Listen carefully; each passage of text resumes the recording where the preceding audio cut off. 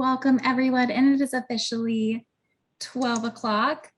Good afternoon and welcome to our open enrollment virtual town hall. My name is Kate Bellevue and I will be your moderator for this afternoon session. And I see that we have already gotten used to our Q&A feature for the day. I do want to call attention to, while the fact that this is in 2021, this open enrollment town hall is for 2022 for you to elect your 2022 benefits. So today we will be hearing from subject matter experts from several different benefits teams. Specifically, we will hear presentations from the Faculty and Employee Assistance Program, otherwise known as FEAP, Who's Well-Being, Retirement, Leave, Benefits, and the Aetna team.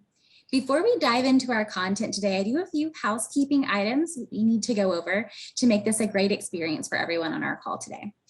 Rather than asking questions between each presentation, we will hold all questions until the end to ensure that we can hear from all of our speakers.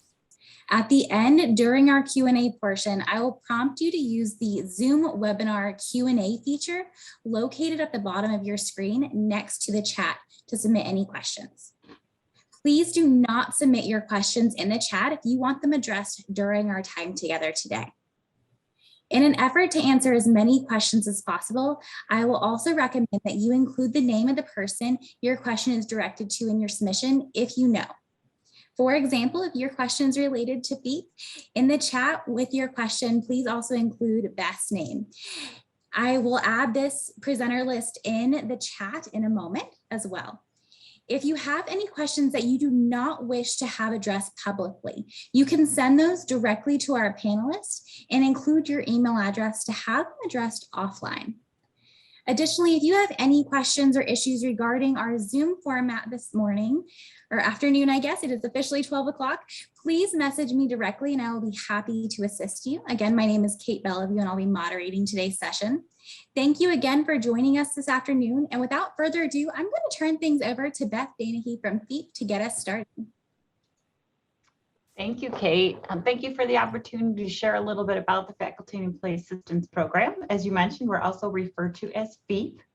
We provide confidential and comprehensive employee assistance services at no cost to all UVA faculty, staff, and team members and your adult family members.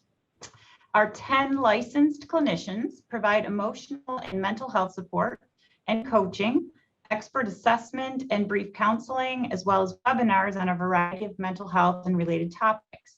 And for supervisors, managers, and leaders, we also provide consultation on performance and team concerns, particularly when there's related to mental health or emotional health. FEAP services are confidential. I really want to emphasize that. We hear often that some employees are concerned because we are an internal program that there might be some communication with managers. And I really want to emphasize that FEAP does not share information about our services or who accesses our services without the individual's express written consent. So only if you would like us to. So not with your manager, not with a spouse, not with a significant other, not with anyone who will not communicate. Use HIPAA compliant Zoom conferencing so that when we meet virtually, we're using a HIPAA compliant platform.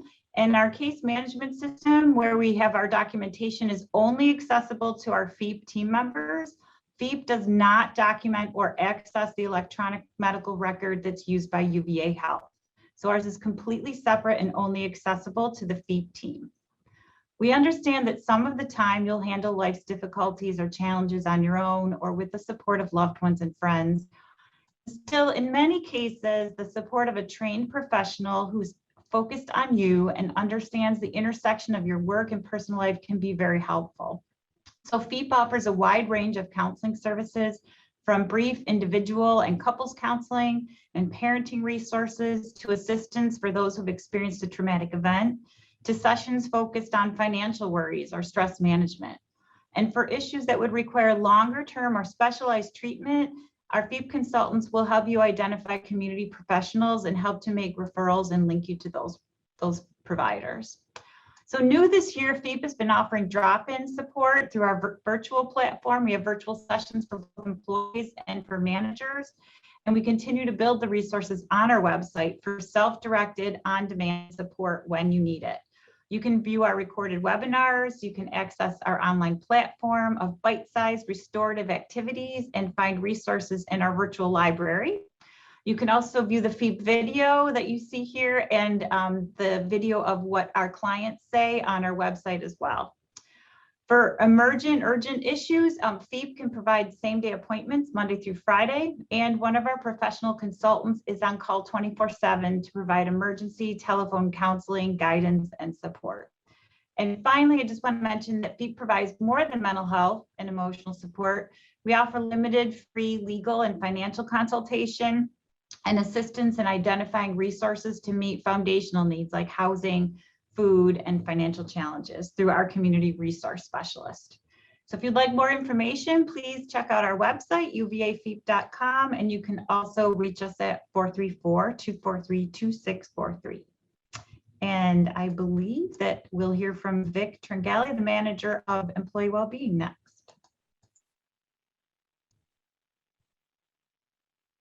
Good afternoon, everyone. I'm Vic Tringali, Manager of Employee Wellbeing, and I lead the delivery and the design of the Who's Well program. Who's Well is the University of Virginia's award-winning wellbeing program. We offer a comprehensive portfolio of resources aimed to help UVA employees and their families excel and thrive. For the past 2 years, Who's Well has been recognized by the Business Group on Health, the American Heart Association, and Aetna for excellence in employee health and well-being programming. Who's Well resources encompass initiatives within the physical, emotional, social, and financial domains of well-being. You can find more information about the many Who's Well programs and interventions by visiting our website, who'swell.com.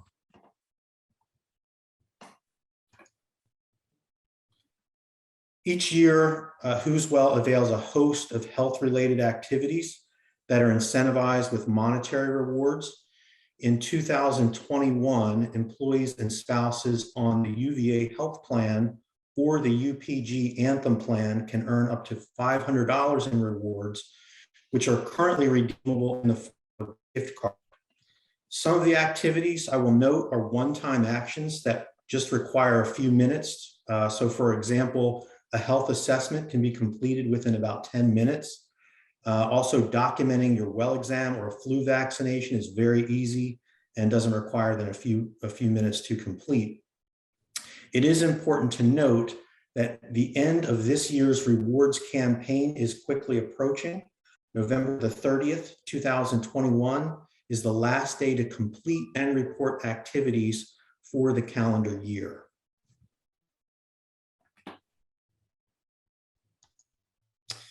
For those of you who have not registered an account or completed reward eligible activities, there is still time to do so.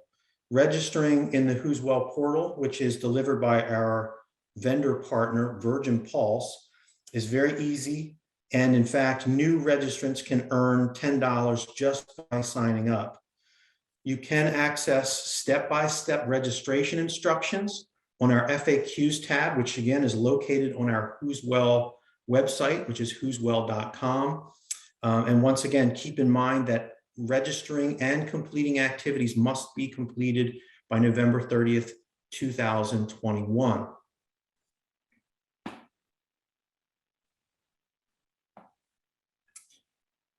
In 2022, we have some new exciting offerings that will be availed.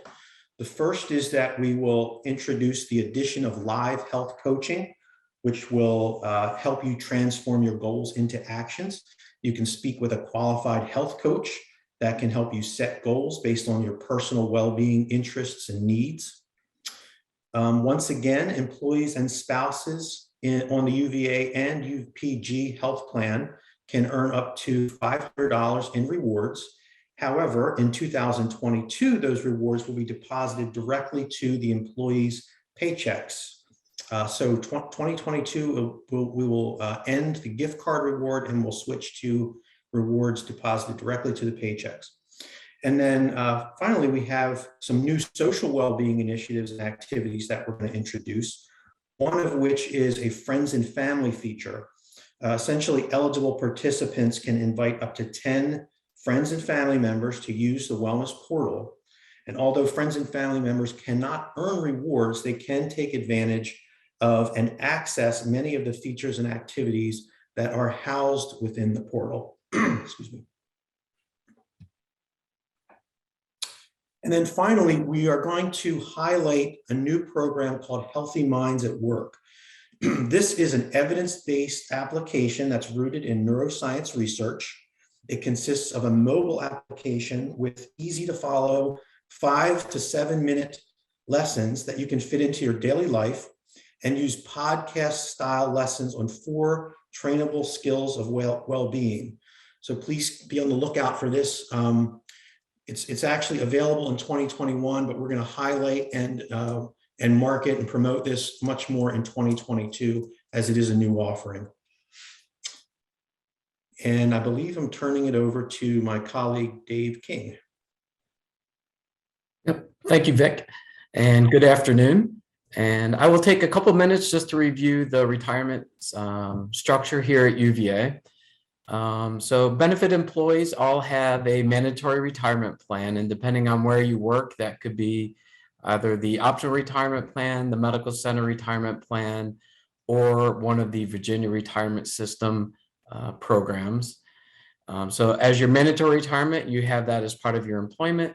And then also as a reminder, you have the opportunity to save additional money in a university sponsored 403B plan and or one of the Commonwealth Virginia 457 plans, which is now administered by Mission Square, formerly known as ICMA. Same company, just has had a name change that they are starting to implement right now.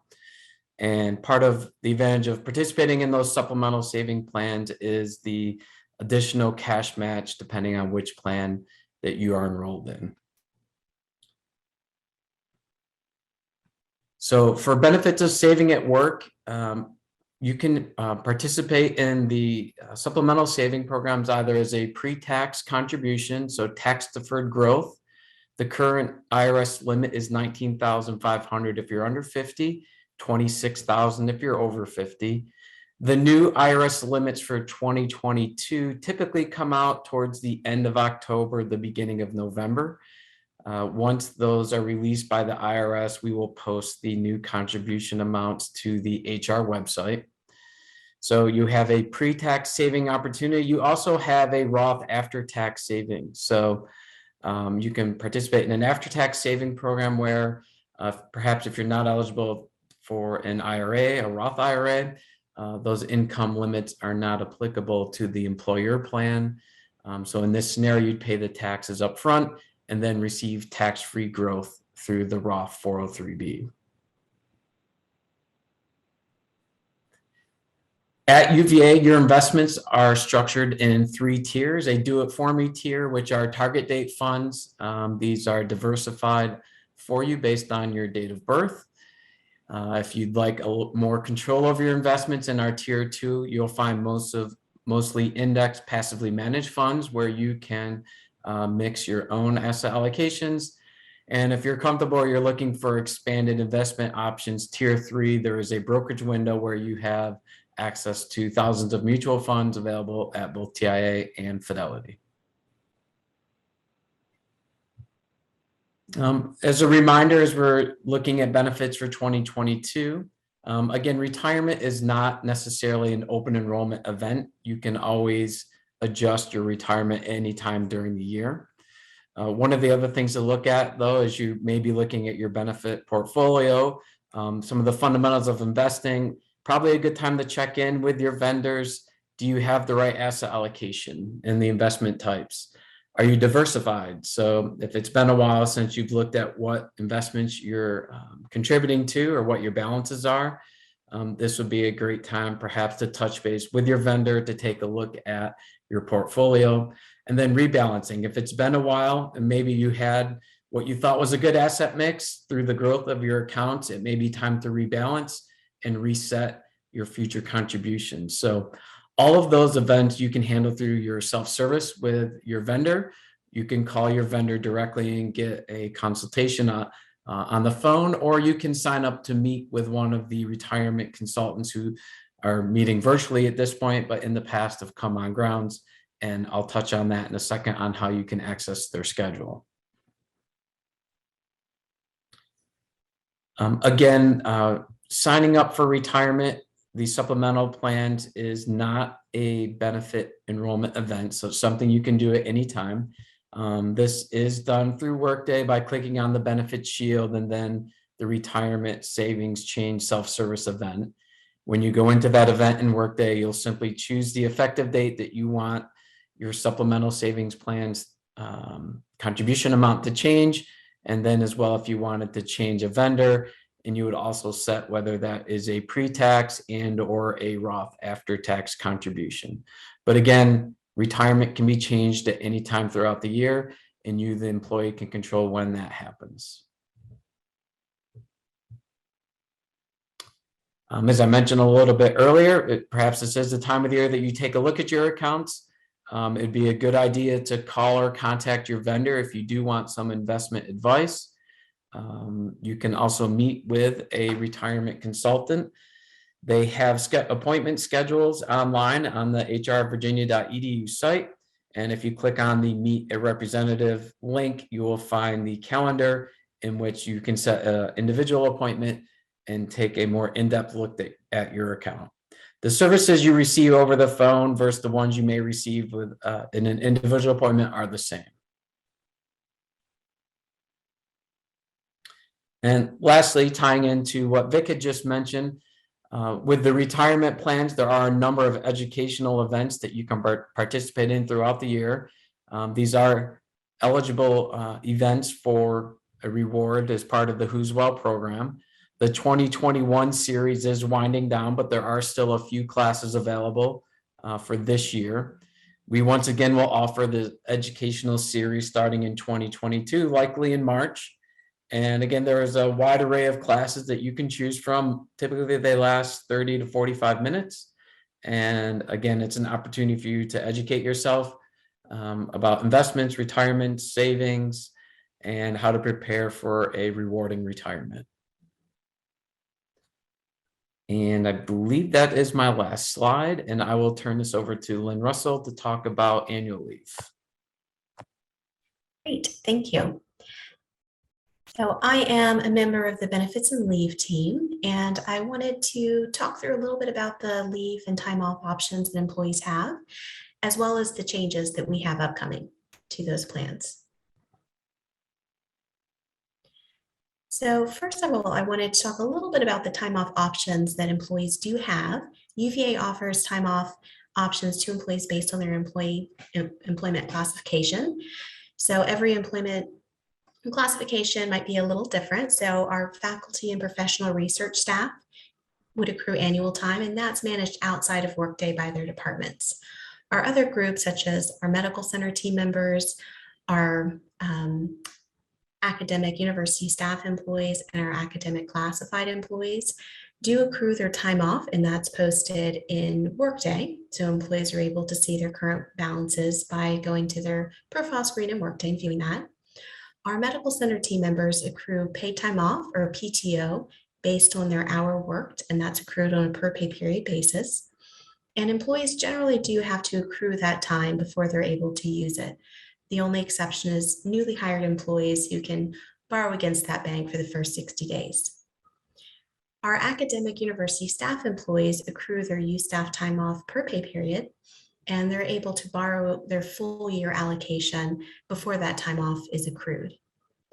Non-exempt employees are also eligible for additional time off banks, such as overtime leave, compensation leave, or compensation special leave. Our classified employees accrue annual time off per pay period as well, but that time does have to be accrued before it can be used. Classified employees also earn sick and family personal leave, which is given to them at the beginning of a new leave year. And overtime leave, comp leave, and compensation special leave is also accrued based on time worked. At the end of the year, the PTO banks, the U-Staff banks, and the annual banks do have an annual rollover max. Anytime over that level won't roll over to the next year. And there's some specific rules for each of those time off banks. So if you're curious about how that affects you, definitely please let us know. In addition to time off options, the university offers leave of absence options as well, both paid leaves and unpaid leaves. And these are managed by our leave of absence partner, Unum. So if an employee needs to be out of work outside of just normal vacation or sick days here and there, they should contact our leave of absence administrator. Unum handles all of our FMLA leaves, our paid parental leaves for staff, military leaves, and short-term disability leaves for our ORP retirement members and our medical center team members. And Unum is a partner we've been working with for several years, and they're able to help employees sign up for a leave of absence either online or through their web portal. Unum also supports short-term disability for our ORP and medical center team members, as I mentioned before. One thing I wanted to mention about our short-term disability plans is we do have a change upcoming for the 2022 open enrollment, and that's for changing the weekly benefit maximum cap for short-term disability plans for the medical center from $1,100 per week to $1,500 per week. I'm sorry, $15,000 per week. And this is going to put that short-term disability plan on par with our other short-term disability plans. One big change we have for this year is that we are allowing employees to roll over an additional 40 hours of their own leave bank to the next year on top of what they normally can roll over. So both U-staff leave and annual leave have a set maximum rollover amount based on employees' years of service. And if an employee has time off that's in excess of that, normally they're going to only be able to roll over that maximum bucket. This year only, we're allowing employees to increase that bucket by 40 hours. For the 2022 leave year, the normal carryover limits will apply. For U-staff employees, if they have additional leave time in their bank above that new carryover limit, they are eligible to have that additional time paid out to them as long as they've used at least 10 days of their own time off bucket throughout the 2021 leave year. And the 2021 leave year does end December 19th, 2021. For classified employees, anytime over that new carryover threshold is going to be lost. For medical center employees, they also have the additional carryover limit increasing by 40 hours for 2021. Moving over to the next leave year, if employees have any time over that new carryover threshold, that time is lost. Medical center employees will be eligible for the PTO fall cash out election this year. That information will be available later this month from the payroll department if employees are interested in cashing out additional PTO time they may have available. In order to view what your current balance is of time off, I would encourage you to go to Workday and pull up your own individual profile. And by going to your time off bucket, you can see how much time you actually have at the end of the year. You would do that by going to your action option and looking at your time off balance and inputting 12/19/2021. And this will show you how much time you have at the end of the leave year. For medical center employees, they would use the date of 1/9/2022, or you can view your balance in Kronos, which will give you a more real-time view of current time off balances. All right, and I will go ahead and turn that over to Erica Week, who is the manager of the Benefits and Leave team. Hi, everyone, and welcome to the second day of open enrollment. So you've got from now through 11:59 p.m. on October 15th to make your benefit elections.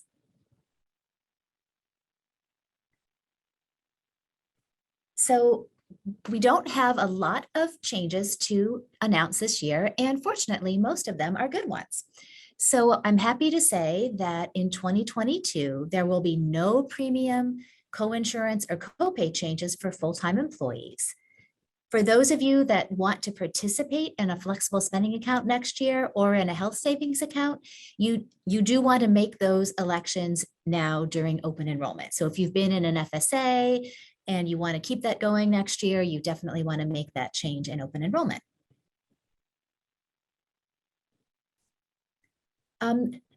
For part-time employees, there is a nice positive change happening. Starting on January 1st, all employees will pay the same amount for health insurance and dental insurance. So right now, part-time employees pay more of the premium than a full-time employee, but starting in January 2022, everyone will pay the same thing. So there'll be one premium rate for all benefit eligible employees within each category. So everybody is going to pay the same amount starting in January 2022. There's nothing that you have to do in Workday to make that change. It's something that will automatically happen for those of you that might be part-time, will be happening in 2022. So that's a very positive change, and we're happy to be able to bring that to you. So just to review really quickly, the 2022 monthly health plan premiums are exactly the same as they are in 2021. And really when you're deciding between which plan to participate in, the basic plan, the value plan, and the choice plan, you're really making a decision about how you want to handle the cost sharing. So with the basic plan, you're saying, I'm going to pay I want to pay as little as I can out of pocket for premium. And I'm willing to accept the potential risk of having to pay a little bit more out of pocket than I might have on the value or choice plans. And we'll talk about a health savings account, which is a way to kind of prepare for those expenses a little bit later in the presentation. With the choice plan, you're saying the exact opposite. You're saying, I would rather pay more money out of my paycheck every pay period so that I know when I have a claim, when I have go to the doctor, pick up a prescription or what have you, I know that I'm going to pay a lesser amount of the cost. And it's very similar conceptually to car insurance. It's, if you have a high deductible on your car insurance and you crash your car, you're going to pay, a little bit more out of pocket than you would with a lower deductible. And there's no right or wrong answer. It's really what works for you.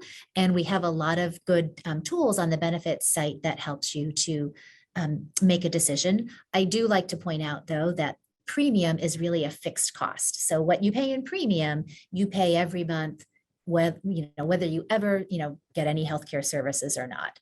Whereas the co-insurance really depends on whether you have claims experience. So if you're somebody that, you only go to the doctor once or twice a year, you're not really going to face a lot of co-insurance because you're just not having a lot of medical expenses. So it's really, this is your one time of year to make a decision as to whether you want to stay on the plan that you have or whether you want to think about changing to one of the other options. All of the options fall under the UVA Health Plan umbrella, and all of the same services are covered on each of the plans. It's just the degree of cost sharing that changes. If we can advance the slide, that would be awesome. Also for dental and vision, premiums are not changing. And just like we would for the health plans, the part-time and full-time employees are paying the same amount here. And there have been no changes whatsoever to the plan design for either of these, and the rates are staying exactly the same. And you don't have to have the same tier on those plans. So you could have like family coverage on your medical plan and maybe only yourself and children on the dental and vision. It's completely up to you. A couple of changes that are being made to the plan design in 2022 are for the basic plan, our out-of-pocket maximum is changing. And out-of-pocket maximum means what is my potential financial exposure in a given year if I have a lot of claims. So currently on the basic plan, if you're going in-network, and in-network means you're going to see a provider that participates with Aetna. Right now, the out-of-pocket maximum for an individual on the plan is $4,000, and the out-of-pocket maximum for a family on the plan is $8,000. And those are increasing in 2022 to align with the value in the choice plans. So in 2022, that in-network out-of-pocket maximum is $5,500, and the in-network out-of-pocket maximum for family is $11,000. Out of network means that you're going to a provider that does not participate with Aetna.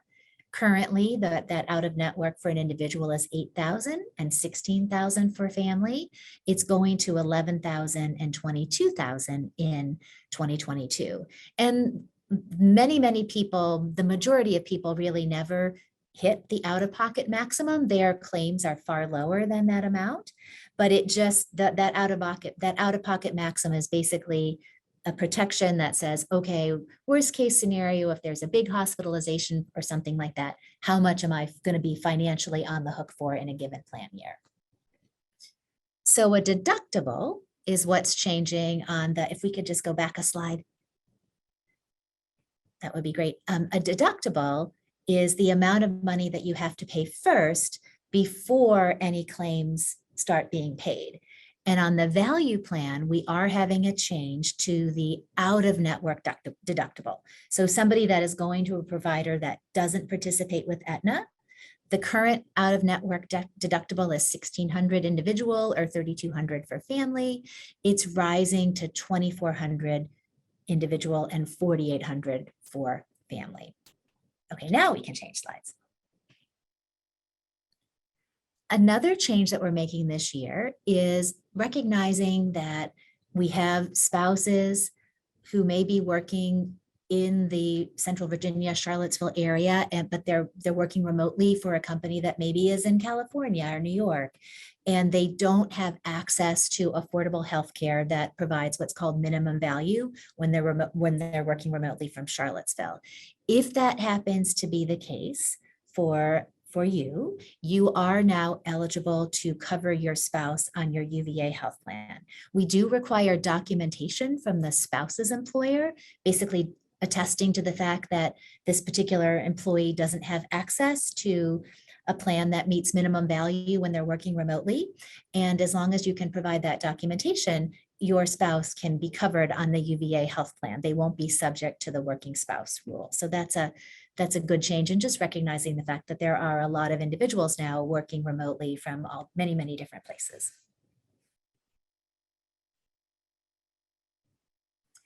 Another positive change we're making is that there is going to be a new hearing benefit in 2022. We'll cover one hearing exam per year performed by an audiologist, and if medically necessary, we'll cover the hearing aids up to every 48 months, up to $1,200. And that is going to be subject to the deductible. So if you've already met the deductible on your plan, then that the hearing aid benefit would be covered. The other thing we're doing is we're offering an enhanced infertility benefit. So basically we're broadening the definition of infertility, which will make the benefit more widely available to health plan participants. And information about what they call the clinical policy bulletin is available on the open enrollment website. And that bulletin helps you understand what the definition of infertility means for purposes of coverage on the health plan. As Lynn alluded to earlier in her presentation, we are making a change to the short-term disability benefit for our medical center retirement plan participants. So for employees at the medical center, starting in January of 2022, will no longer have the benefit cap on short-term disability benefits. So right now, the benefit is 60%, but once somebody reaches $1,100 a week in benefits, it caps out and no more disability pays. We're going to stop that change in January of 22 is going to raise that limit to $15,000, which means that the vast majority of employees at the medical center will no longer hit that cap, and they'll have their short-term disability benefit at 60% of salary. And over the last couple of years, about 11 to 12% of our employees were hitting that cap. So this is a really positive change that no team is happier to announce than my team, the benefits and leave team. So that's a really good change for our medical center team members. Another change is just the renaming of the UVA J1 Visa Health Plan. So that's our plan for employees who are here on J1 visas. It's just being renamed the J Visa Health Plan. And just like with the UVA Health Plan, there are no premium increases for 2022 for those who are enrolled. And employees who are part-time will also pay the same as full-time employees. So just a name change, and premiums stay the same, and part-time employees will now pay the same thing as full-time employees. We've also added a hearing exam benefit to the J Visa Health Plan. It'll cover one routine hearing exam every 24 months, and also will cover up to $1,000 max per year for hearing aids every 3 years. And the plan will also cover base infertility services. The plan will also use Aetna's Institutes of Excellence network, and it won't cover any out-of-network benefits except for emergency room services. And specialty drugs have to be filled at the UVA, specialty pharmacy, and the plan does not cover routine eye exams. So some of you who have gone into Workday already, and I believe as of yesterday, we had about 11% of eligible employees make a change in Workday, but the functionality is a little bit easier, it seems, this year. So we're using some new tile functionality. So when you go in to your Workday open enrollment event, you'll see the plans that you're currently enrolled in. And then if you want to make a change, so let's say, for example, this employee is in the Value Health Plan and they thought about if they wanted to change to the basic plan, they would just go into manage and make that change, and then make sure to move all of their dependents over that they might have the plan. Or if somebody wanted to go in and make a change to dental, they just go and hit that manage and make their changes. And you can go in and make whatever changes you'd like. And then you submit the change, and it'll show you everything that you've elected. And it'll go through into Workday for open enrollment, and you can print out a confirmation. And if you need to make a change to what you maybe elected initially and it's still during open enrollment, you can go back into your benefit event. The open enrollment event goes away from your screen once you submit, but if you go into the benefits tile and click on that, you'll see a little open enrollment. There'll be a little message there that says changing, open enrollment, modify open enrollment changes. If you click on that, it'll bring up what you've currently elected, and you can go in and make changes there. So it's much easier to use than it was last year. We've gotten some pretty positive feedback on it, and I used it myself yesterday, and it worked really well. All right, something that we touched upon earlier. It's really important for people who want to participate in an FSA and an HSA to make those elections in Workday during open enrollment, particularly for those of you who are going to do a flexible spending account.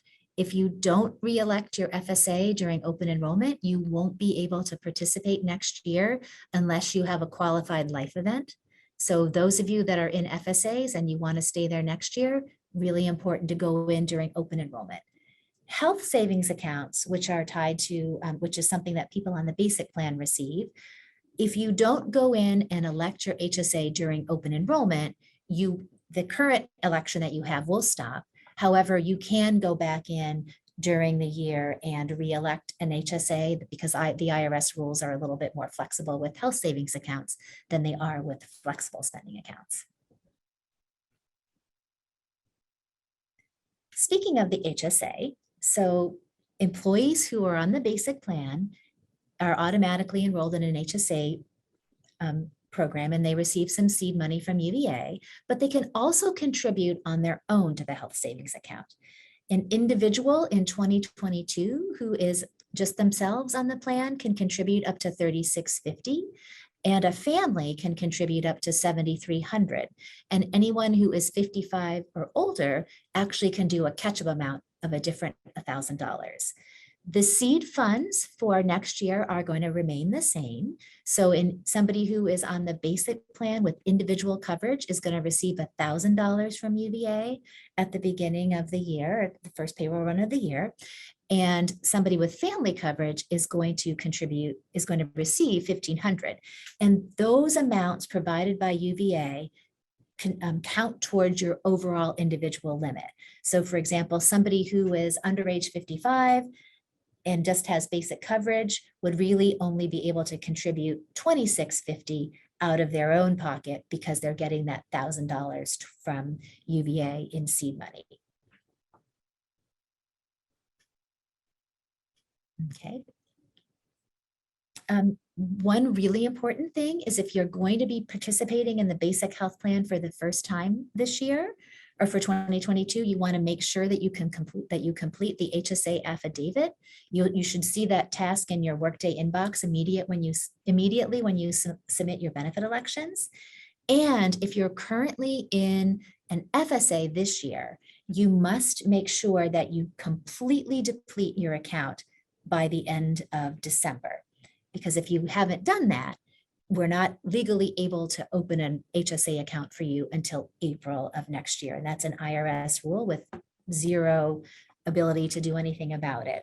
So watch for an email from Shard Snyder with action steps to open your HSA account for those of you that are going to be maybe newly electing. And then those of you that are electing and had the FSA this year, please make sure that you spend it down to zero. It literally has to be zero. It can't, even if there's 5 cents in there, we can't legally open the HSA account until 2022 in April. You'd get the full seed money. However, any claims that you incurred from January through March, you wouldn't be able to use those funds for. And now I am going to turn the program over to our colleagues at Aetna, and specifically Carlton Ingram. Good afternoon, everyone. I'm Carlton Ingram. I'm an account executive with Aetna, and I serve as the relationship manager for UVA, and I've been serving the account since 2013. Over the next few slides, we're going to spend some time talking about the Aetna One Advocate program and the different services that are available to UVA employees and their families. And then we're also going to spend some time talking about the pharmacy program. So I'll turn it over to Crystal Zagar to go through the Aetna One Advocate. Hi, good afternoon. Thanks so much for having us today. Just to share a little bit of background and information on your Aetna One Advocate program. Aetna One Advocate is a unique program where we actually take member service advocates and we pair them together with registered nurses on one team so that they can really focus on the overall health of each and every member.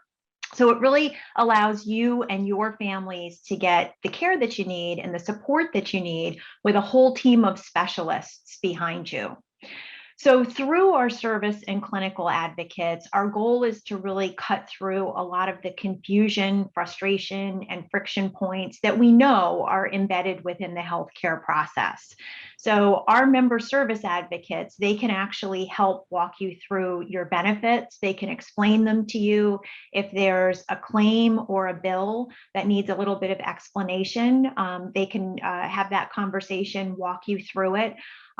If you're looking to get an appointment with a specialist or a particular doctor, they can look up that provider's information. They can actually make the appointment right there for you.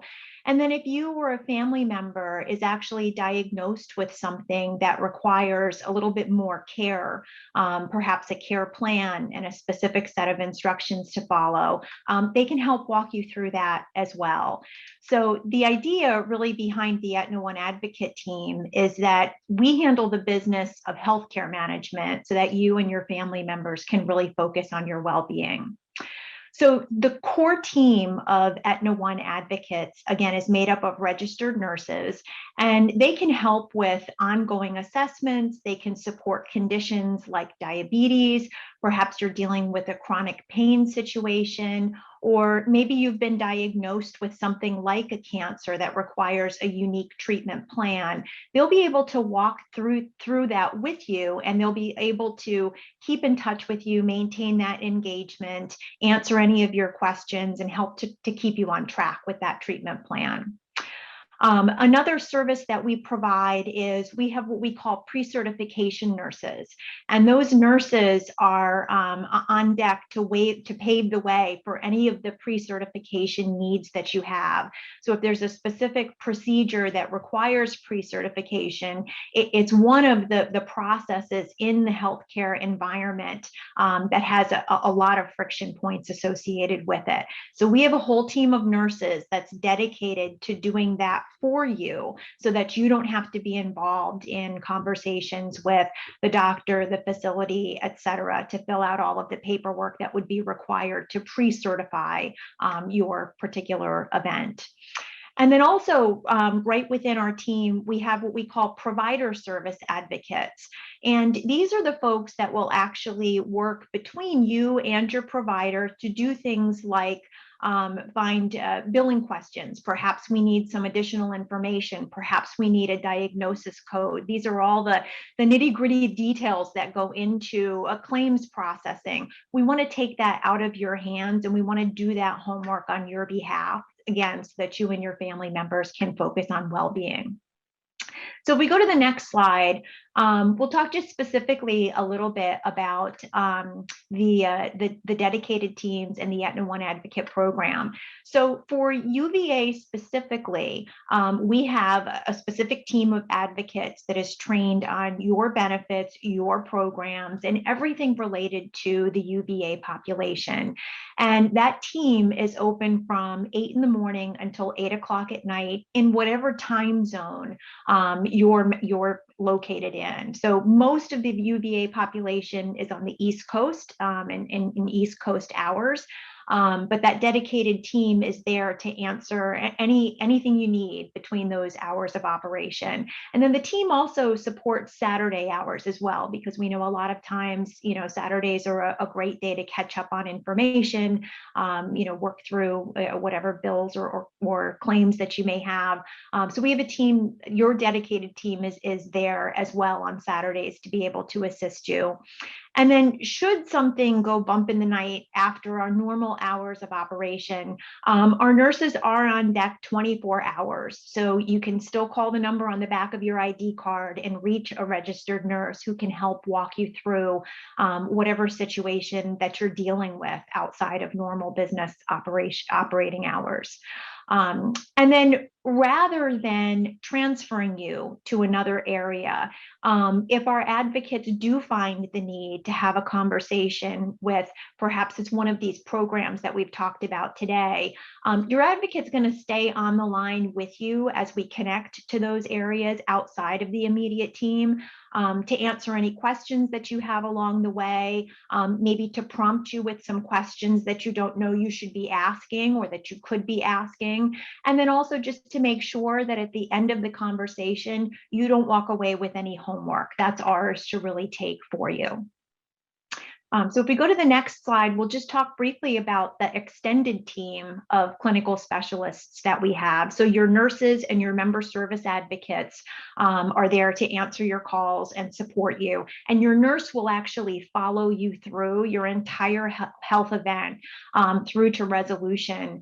The extended team that both your service advocates and your registered nurses will pull into the conversation are social workers and dietitians. And these are folks that can help you with your decision making related to how to use your benefits. They can connect you to community programs and really let you know what programs and what opportunities there are for you to work with another specialist on whatever health issue you're dealing with at the time. Our dietitians get involved with a lot of folks who have been diagnosed with diabetes or folks who are dealing with stomach conditions prescriptions, and they can really help to put together a plan that provides good nutrition, along with you or your family members' taste buds as well. Our pharmacy advocates are another really important resource on the team. So very often our member service advocates and our registered nurses will pull a pharmacy advocate into a conversation. Sometimes it's to serve as the conduit between you and your pharmacist. And sometimes it's just to help you sort through prescriptions if you've come home from the hospital and you have to take something for a certain period of time. They can also tell you how that will interact with existing medications you're taking, and also help you to understand the timing that you should be taking your prescription. So it's great to have a pharmacist right on the team with us. And then very unique to the Aetna One Advocate program, we also have a team of medical doctors that work directly with our team. They can do things like call your doctor to have conversation and ask questions to help a pre-certification through the process. And they're also there really to consult with our nurses on complex case scenarios where a medical doctor's advice could come into play, or having a medical doctor to support you in a conversation. And your family members in a conversation can be really important to your overall general health. And then the last slide that I'll talk about today, but before turning it over to Brittany, is in addition to that, we also have a very robust behavioral health program within the Aetna One Advocate team. We have behavioral health nurses and behavioral health specialists who also provide consultation and collaboration to our team, to our nurses and care managers and service advocates, as well as to our members who are being treated for diagnoses like depression and stress and anxiety. We know that this is something that's very important to UVA. It's also something that's very important to Aetna and CVS Health as an organization. So substance misuse services, the national crisis that we face today, is something that's very important to us. So we've identified a group of in-network facilities that have really demonstrated excellent evidence-based care. And it's important to us to be able to connect our members to those facilities and to those organizations for their families, for themselves, when that makes sense. We have 24/7 clinical triage, so a fully credentialed network of experienced psychiatrists, psychologists, and master's level therapists who are there for appointments 7 days a week. We realize that lots of people need to get appointments outside of normal working hours. So those folks are available from 7 in the morning until 9 o'clock at night, and they can be accessed through your mobile device, through a website, or via phone. And then lastly, I'll share, I think particularly in this pandemic, the televideo services have become very important to a lot of our members. So televideo counseling is another delivery option that we can support you with if that's something that you or a family member needs. So with that, I'll turn this over to Brittany Mollica from our pharmacy area. Thanks, Crystal. Good afternoon. I am Brittany Mollica from the Aetna Pharmacy Benefits team. And for the 2022 plan year, UVA Health Plan pharmacy benefits will remain the same. So nothing significant to discuss in terms of changes for 2022, but I do have a couple of reminders that I wanted to call out as we go through. So one is the formulary changes do happen on a quarterly and annual basis. So as we update our formulary, if you were to be impacted negatively by a change that we've made to the formulary, you will be notified, you will receive a letter, and it will discuss, what medication it impacts and alternatives. So that was one reminder that I wanted to call out.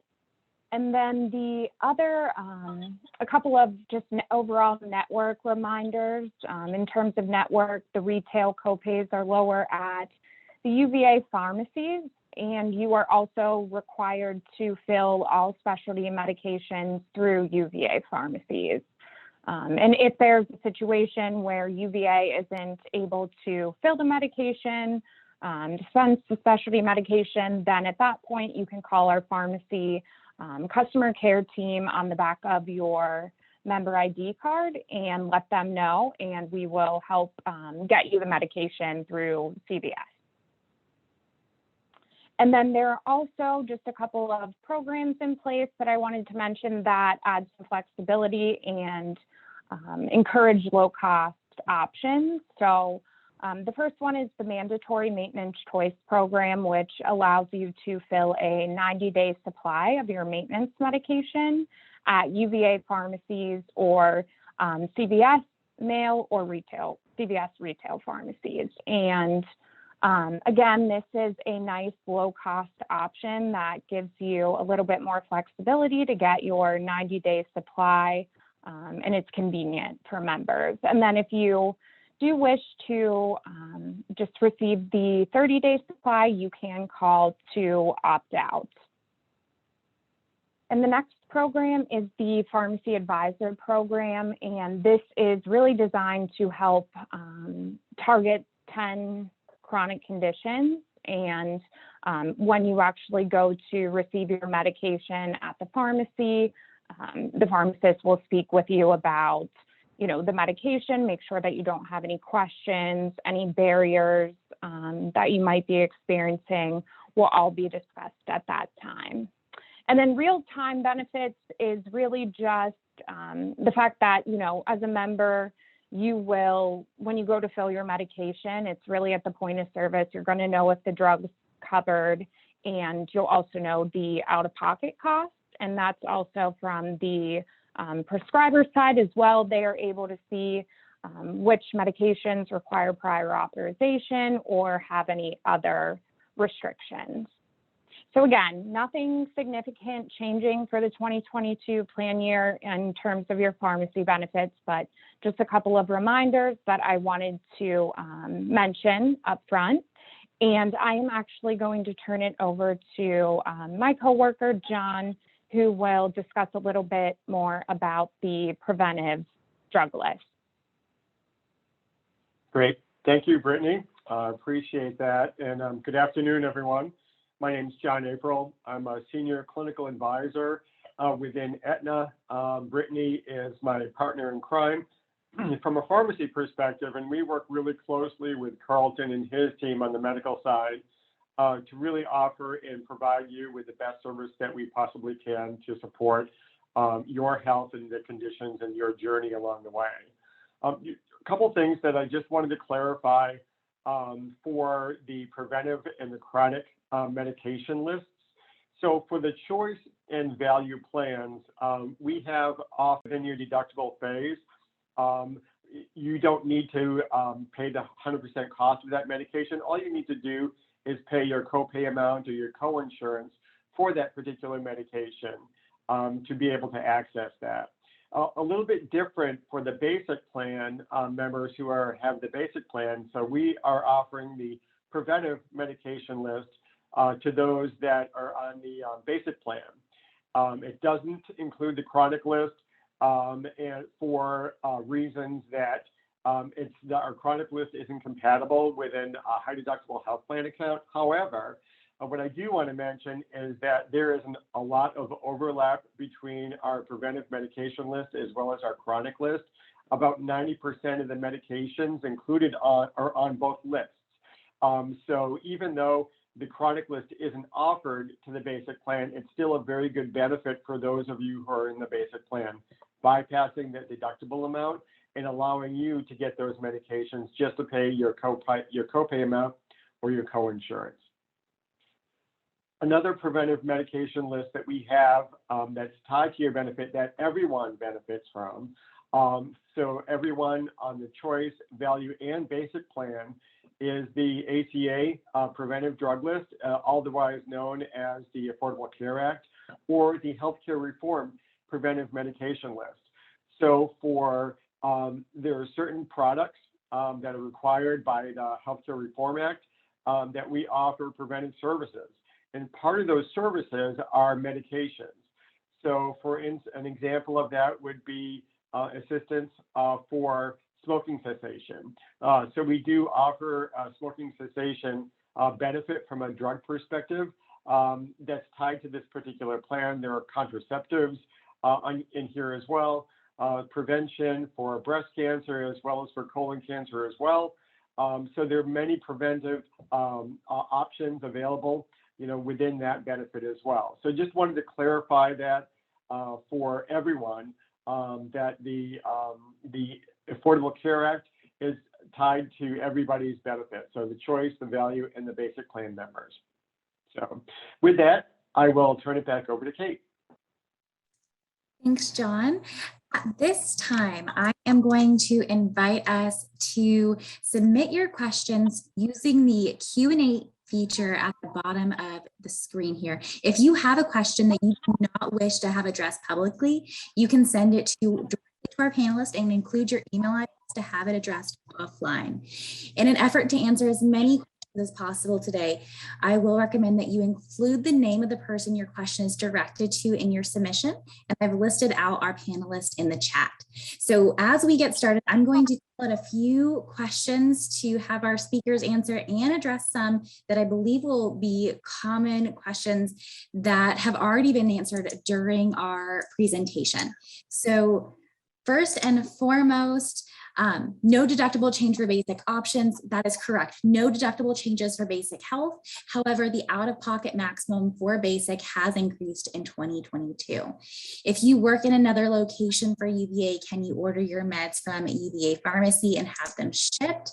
Yes, you can have your medication shipped, and there is a link in our Q&A portion here if you need that and find that information to be relevant for you.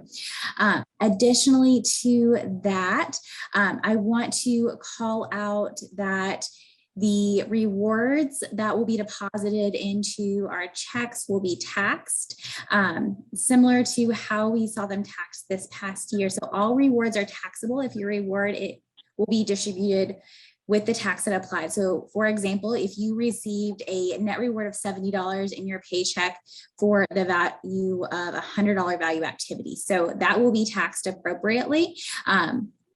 I will, again, in the chat, put in our links directly. So if you would like to make an appointment with a provider regarding a consultation about your retirement plan options, you will see here in the chat now the link to that.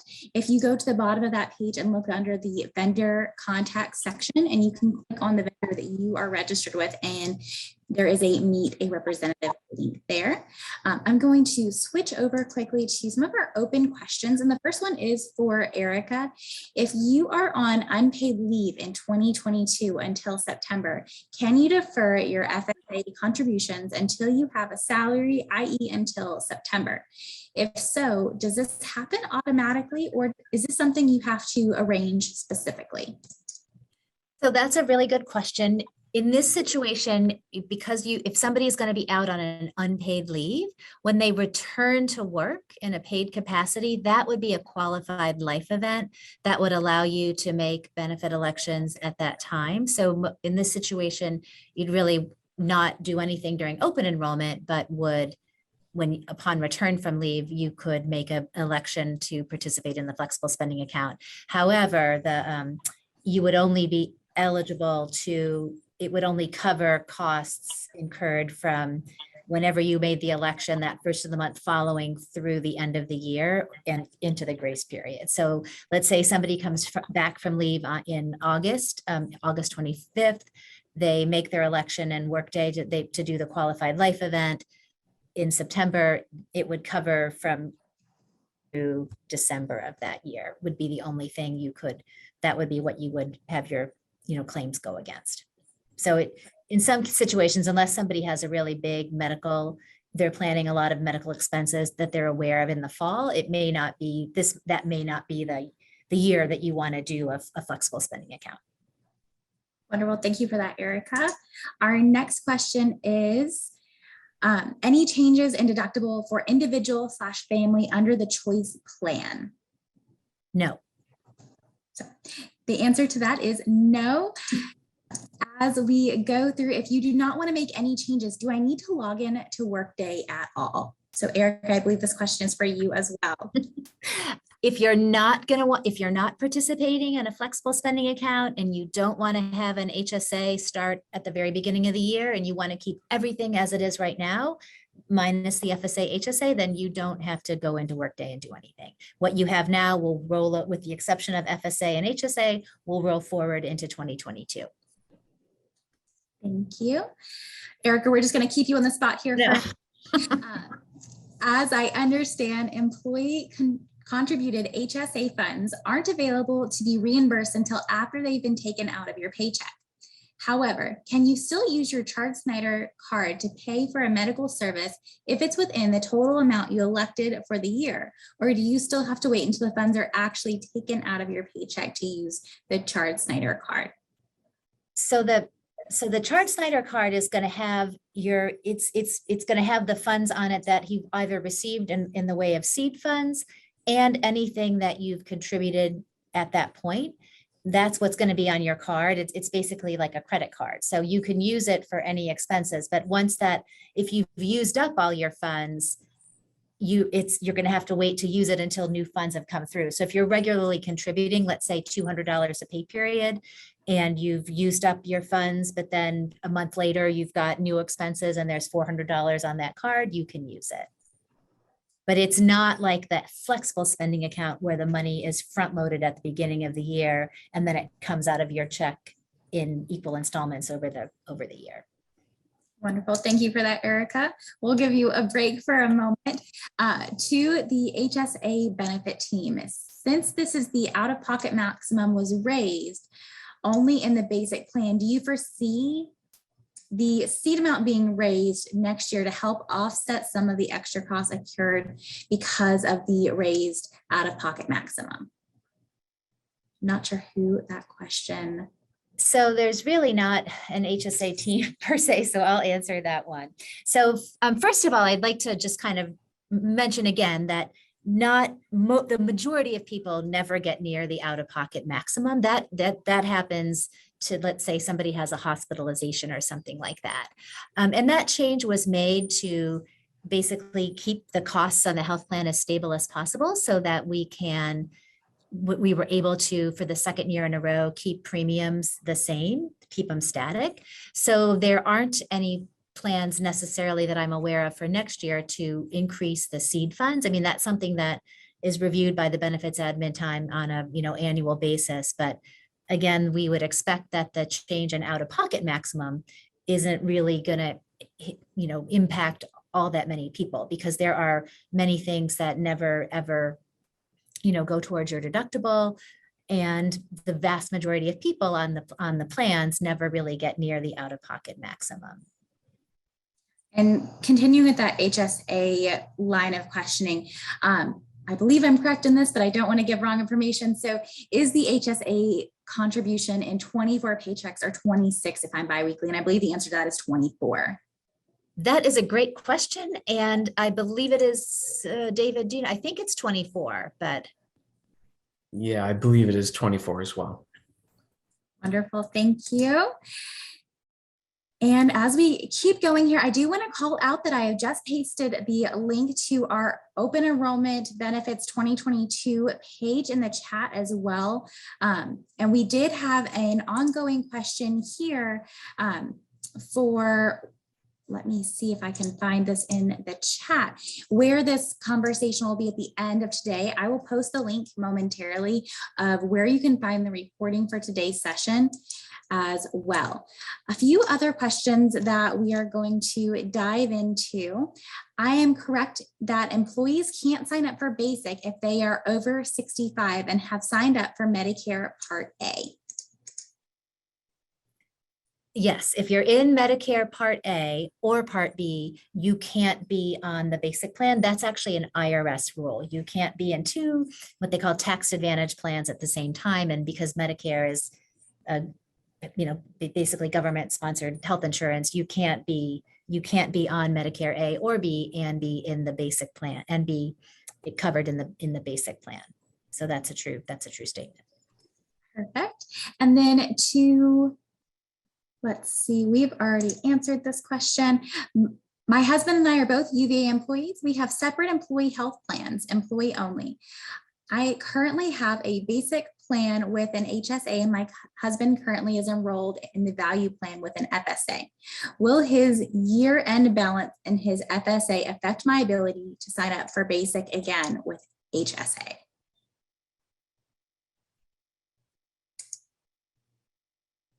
That might be a more specific question that we would recommend you approaching a consultation with one of our benefit team members, so that way they can walk through exactly what situation you're in. Yeah, I think we're going to want to look at the specifics of that one. But if you could just send a, email Ask HR, we can handle it that way. You're also welcome to just email me directly too.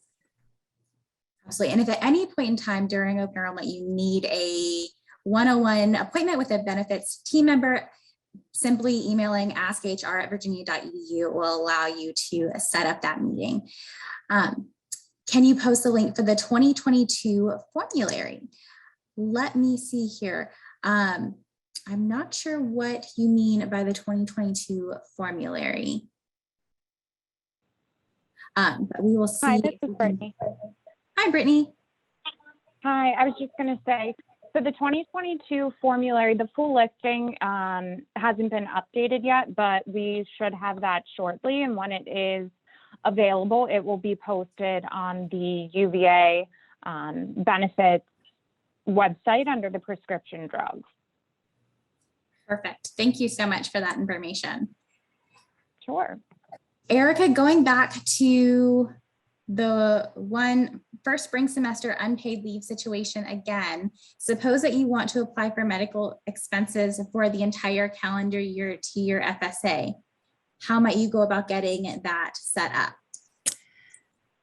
I think the only thing you could do is you could elect it during open enrollment, but what would happen is we would have to bill you for the FSA premium or the FSA contributions, and you'd be paying that for after tax. But that I think would be the only way to have the ability to claim those expenses over the full 12 months. And again, because the real value of a flexible spending account is to be able to pay with it for pre-tax rather than after tax dollars. I don't know that that would be something that you would want to do, but I think that's the only way you could do it.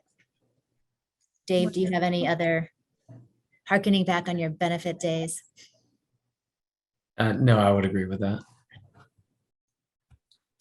And then I'm seeing a few other questions here about FSA versus HSA. If I have a basic plan with an HSA funds that aren't expended and I switch to value with FSA, what happens to the HSA funds? So nothing happens to the HSA funds. They stay in your account, because with an HSA, that's literally a bank account with funds that you can use for uncovered medical, dental, and vision claims, expenses. If you migrate from the basic plan to either value or choice, you don't lose the funds in the account. You don't accrue any new funds, but the funds that are there remain there, and you have to pay the administrative fee. There is an administrative fee that UVA covers for people who are actively on the basic plan, but we don't cover it for people that are no longer, participating in basic.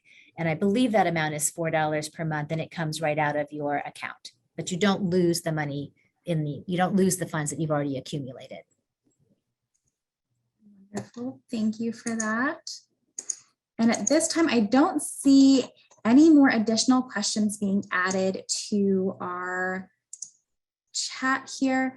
We do have a few questions that have already been answered through our panelists here of subject matter experts via the chat. And so some things that I will call out here, if you are interested in the 2022 clinical policy bulletins, that link is officially in the chat. As we continue through for questions, we do have one that just came in. That was a thanks. Thank you for your questions. Let's see here. Again, I recommend that if you do have any individual questions that have come up during our time together today that are unique to you, your family, your specific situation, to make a one-on-one benefit appointment to make sure that you are selecting the right things for you during this open enrollment period.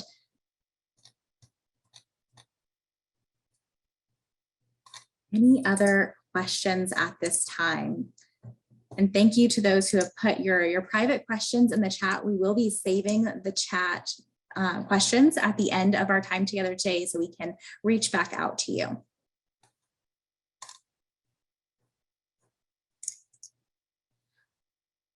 Where can we make an appointment or email if we have more questions?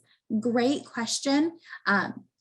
You can email askhr@virginia.edu to make a one-on-one appointment. And in the header of that subject line, I would simply write one-on-one open enrollment appointment, and they will kind of help expedite you to get you to the right person during this time period. But simply emailing askhr@virginia.edu, and I will put that email here in our chat as well. If you have any questions, they are a great resource. Where do I find the difference between the dental plans? That is a wonderful question as well. If you go into the, let me see if I can answer this live. If you go into our open enrollment benefits tab for 2022, and down below, you'll see an area that says summary, and then there is a dental plan list there for all of the dental plan options for 2022. And again, I've just placed in the chat that open enrollment website for our dental plans where you can find all of that information. As for basic, where do funds go when you retire? Nowhere. You keep them. So with a health savings account, it literally is a bank account with funds in it that you can use for health, dental, and vision expenses. And when you retire or separate, that account stays with you. As long as you're using it to pay for medical, dental, and vision expenses, you're always going to be paying for those things with tax advantage funds. But when you separate, you can also use the HSA. It's similar to a 403B. If you take money out and you're not using it for medical, dental, or vision expenses, then you basically pay the tax on what you're taking out, but it functions more kind of like a 403B. So it's not only a good savings vehicle for being able to pay now and in the future for health, dental, and vision expenses that aren't covered by your plans, it's also another way of saving for retirement, because that, while the IRS limits what you can contribute every year, there is no limit on how much you can actually have in the account. So people that have been in the basic plan for a while often start accumulating a pretty good little number of, a pretty high dollar amount of contributions, and you have the option of diverting some of that to different retirement type investments with your account. But you don't, that money, once it goes in the account, is yours, basically until it's all spent down. And I think Erica and Kate, it's probably also worth good to know that in HSAs, there is an investment component, just like you have in your 403B plan. So one of the big draws of HSA is that you can take that money that is being saved and then invest it. So similarly to your 403B accounts with TIA or Fidelity, with Shard Snyder, you can take the HSA funds, invest them, and then again, you have the benefit of hopefully gains and compounding those gains over time. And again, the theory would be that money can be used down the road. You accumulate a balance to help you not only with UVA medical, but in retiree medical as well. And do we continue to pay that $4 a month for an HSA account after retirement? Yes. Thank you. It really is a triple advantaged account because the money is going in pre-tax, the money that you're spending it on, or the money that you're using for medical, dental, and vision expenses, you're paying for that with pre-tax dollars, whether you're an active employee or a retiree. And then, as Dave said, you can take some of those funds and actually move them into investments similar to the 403B. So it really it really is a powerful financial savings tool, kind of over and above just the health, just the health insurance. It's just people on the basic plan, or people tend to focus on the deductible and everything with the basic plan, but they sometimes lose sight of the fact that number one, premium is a fixed cost that you're going to pay no matter what. Whereas with the basic plan, you're paying a much smaller amount, but you have a lot more control over those funds and you can do a lot with them. So it's it can be a good financial vehicle to kind of explore for those people that are interested. Wonderful. And then to make sure that I heard you correct, David, we could use those HSA funds and roll those over into a 403B or a Roth, correct? You don't roll it over into a 403B or a Roth. You can, but within Shard Snyder has a relationship with the vendor where you can take some of the, so let's say you have, $10,000 in your account and you want to take $5,000 and invest it in retirement type funds. You can do that. Perfect. And then our final question here in the chat for right now is, can you please repeat the out-of-pocket maximums for the basic health plan? For next year, in-network out-of-pocket maximum is $5,500 for an individual, $16,000 for family, and $11,000 for family, and then it's $8,000 and $16,000 for out-of-network.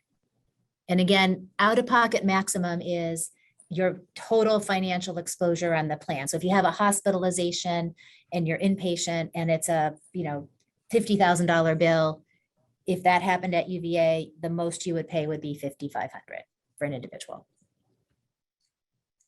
Wonderful. If you have an HSA but switch to a different plan, what happens to the HSA?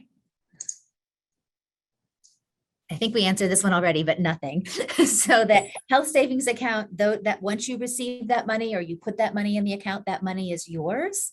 Nothing happens to it. It's not a use or lose plan the way a flexible spending account is. You just have to pay the administrative fee, the monthly administrative fee if you're not actually on the basic plan anymore. Absolutely. And I'm not seeing any more questions come through in our chat at this point in time. You do have a question. We still have about 9 more minutes left of our open enrollment town hall, and we are happy to take those questions.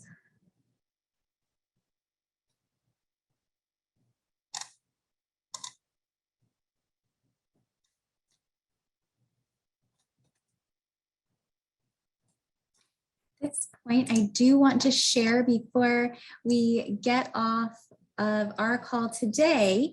Here is the link for everyone who might be interested in where our open enrollment recordings will be housed for the 2022 benefits time period.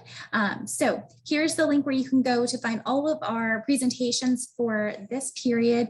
I'm seeing something come in to the chat as a private question, but I believe that it is something that relates to all of our participants here. For basic, do all family members start paying copay once you hit $4,000, or does the second person have to meet another $4,000 deductible? No, that's a really good question. So once the family somehow gets to $4,000, it could be one person meets everything, or the combined family meets $4,000. Once you hit $4,000, the plan starts paying at 80%. And then you pay for 20%. If an individual person on the plan with all of their own claims gets to $5,500, at that point, for that individual person, everything else would be covered at 100%. And then the remaining people on the plan would still be at, the 80-20, unless somebody else happened to hit the $5,500. And there are certain things that never go towards the deductible. So services under ACA that are considered preventative, there's no deductible, and medications that are on the preventative list. If you have somebody on the basic plan and they're taking a medication that's on the preventive list, that never goes towards the deductible. But if it's things that do go towards the deductible, doctor's visits, hospitalizations, emergency room visits, once the family gets to 4,000, it's everybody on that plan starts to pay they just pay the 20% coinsurance. And Erica, I believe we have one more question for you that's come into the chat. Where do I find information about increases in out of network deductible? And does it apply to all 3 health plans? No, it's on the open enrollment website under the health insurance section, and it only the only change was to people on the value plan. I've just re-added that link back to our site here. Can you post the link for the preventative list? I believe that I can. Let me see if I can find it here as we go through these questions as well. That is a great call out.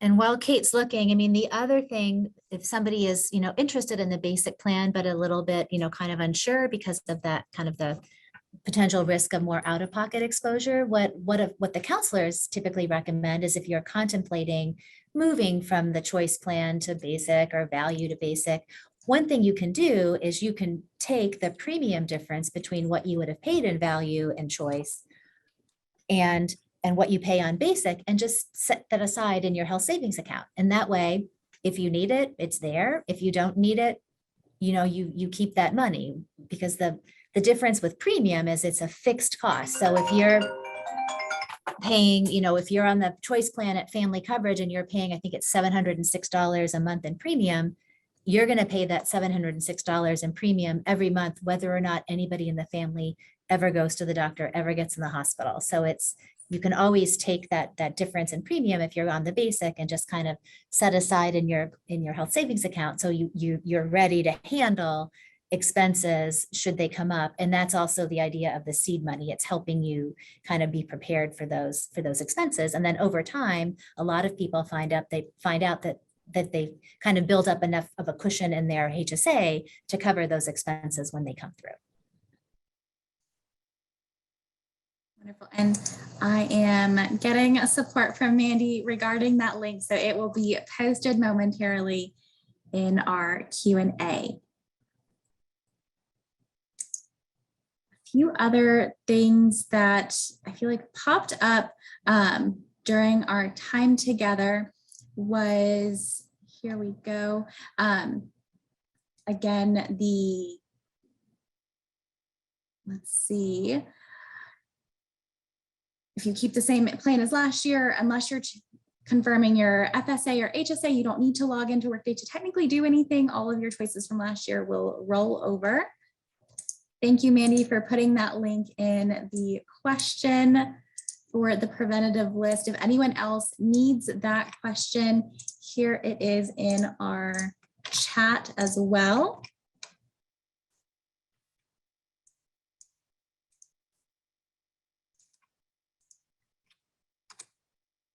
And we have another question in the chat. I just started my program at UVA J1 visa. So by default, I was allotted to a J health plan. Is that correct? How about retirement plans? Am I in need to select that in Workday?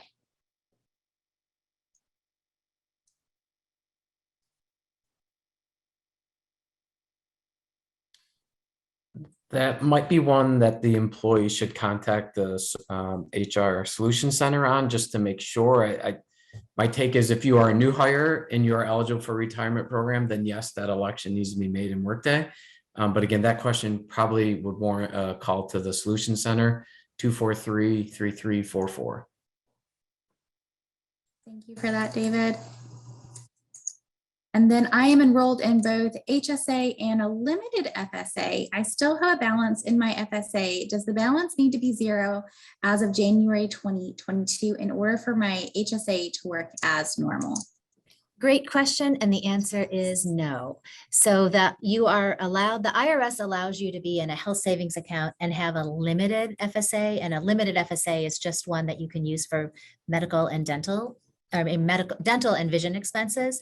So no, if you're in the basic plan and you've got the HSA and you've got the limited FSA, you're able to have through the grace period next year of, through March 15th of 2022 to exhaust that limited FSA account. Wonderful.